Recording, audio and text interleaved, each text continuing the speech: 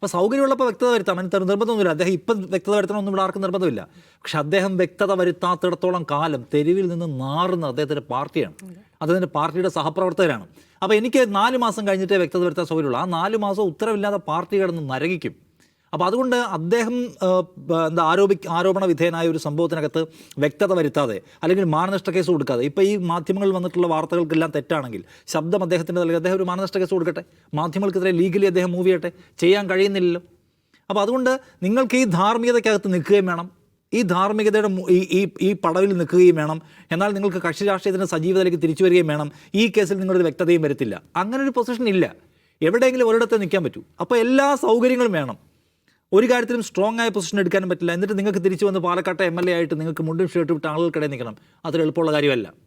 കാരണം അദ്ദേഹം തന്നെ അദ്ദേഹത്തിൻ്റെ ഭൂതകാലത്തിൽ സ്വീകരിച്ചിട്ടുള്ള സ്ത്രീ അവകാശം, സ്ത്രീ സുരക്ഷ, സ്ത്രീകളുടെ മാനാഭിമാനം പോലുള്ള വിഷയങ്ങളും വളരെ കടുത്ത നിലപാടുകൾ വലിച്ചു പ്രസംഗിച്ചിട്ടുള്ള ആളാണ് ഇദ്ദേഹം. അല്ലാതെ മുമ്പും അദ്ദേഹം ആളുകൾക്ക് എത്ര പേരുമായിട്ട് വേണമെങ്കിലും ലൈംഗികതയ്ക്ക് സ്വാതന്ത്ര്യമുള്ള ഒരു നാടാണ് ഈ നാട് എന്നൊന്നും പറഞ്ഞിട്ടുള്ള ആളല്ല. അദ്ദേഹം അന്ന് നമ്മുടെ പരമ്പരാഗത സാമൂഹ്യ ധാർമ്മികതയുടെ വലിയ പുരുഷനായിരുന്നു. ഇപ്പോൾ അദ്ദേഹത്തിന് മറിച്ച് പറയാൻ പറ്റത്തില്ല. അപ്പോൾ എന്നാ ചെയ്യണമെന്ന് ചോദിച്ചാൽ കോൺഗ്രസ്സുകാർ മനസ്സിലാക്കേണ്ടത് ഈ എപ്പിസോഡ് ഇദ്ദേഹം വ്യക്തത വരുത്തട്ടെ. അതുവരെ ഇദ്ദേഹത്തെ മുഖ്യധാരയിൽ നിന്ന് മാറ്റി നിർത്താനുള്ള മര്യാദയും വിവേകവും കോൺഗ്രസ്സുകാർ കാണിക്കണം. അല്ലാതെ ഓരോ ദിവസവും ഏത് പുതിയ പരാതിയാണ് വരാൻ പോകുന്നതെന്ന് ഭയപ്പെട്ട് ഇയാളെ എടുത്തുകൊണ്ട് ഇതിനാണ് നടക്കുന്നത്. ഇപ്പോൾ ഇയാൾക്ക് കോൺഗ്രസിൻ്റെ വേദി കിട്ടിയില്ല, അടുത്ത ഉടനെ വേദി സെറ്റാക്കി കൊടുക്കുന്ന ആരാ? മുസ്ലിം ലീഗുകാരാണ്. ലീഗുകാർ പറയട്ടെ, ലീഗുകാരുടെ ധാർമ്മികത എന്താണ് ഈ വിഷയത്തിൽ? ഒരു സ്ത്രീയെ ഇങ്ങനെ ഗർഭിണിയാകാൻ നിർബന്ധിക്കുക, ഗർഭിണിയായ ശേഷം ഗർഭഛിദ്രത്തിന് നിർബന്ധിക്കുക, അത് നാട്ടുകാർ മുഴുവൻ അറിയുക, അങ്ങനെ ഒരാളെ എടുത്തുകൊണ്ട് ആനയിച്ചു കൊണ്ടുവന്ന് മുസ്ലിം യൂത്ത് ലീഗ് വേദി ഉണ്ടാക്കി അവിടെ കൊണ്ട് പ്രസംഗിപ്പിക്കുക എന്ന് പറയുന്ന മുസ്ലിം ലീഗുകാർ അവകാശപ്പെടുന്ന അവരുടെ സോക്കോൾഡ് ധാർമ്മികതയുണ്ടല്ലോ, അവർ കൊണ്ടു നടക്കുന്ന ഒരു വാല്യൂ സിസ്റ്റം ഉണ്ടല്ലോ, ലീഗിന് പ്രത്യേകമായി ഉണ്ടെന്ന് ലീഗുകാർ അവകാശപ്പെടുന്ന വാല്യൂ സിസ്റ്റം, ആ വാല്യൂ സിസ്റ്റവും ഇയാളും തമ്മിൽ എവിടെയാണ് മാച്ചാവുന്നത്? അത് ആശാസമരത്തിൽ ഇദ്ദേഹത്തിന് വേദി കിട്ടില്ല, അടുത്ത് നേരെ ഇവിടെ മലബാറിൽ വന്ന് ഇവിടെ ലീഗിൻ്റെ പരിപാടിയില്ല വേദി. അപ്പോൾ ഇത് ആലോചിക്കേണ്ട കാര്യം, നിങ്ങൾ ആലോചിക്കേണ്ട കാര്യം, ഇദ്ദേഹത്തെ കൊണ്ടു നടന്നാൽ നിങ്ങൾക്ക് പൊതുസമൂഹത്തിൽ എന്താണ് വില എന്ന കാര്യം ആലോചിക്കണം.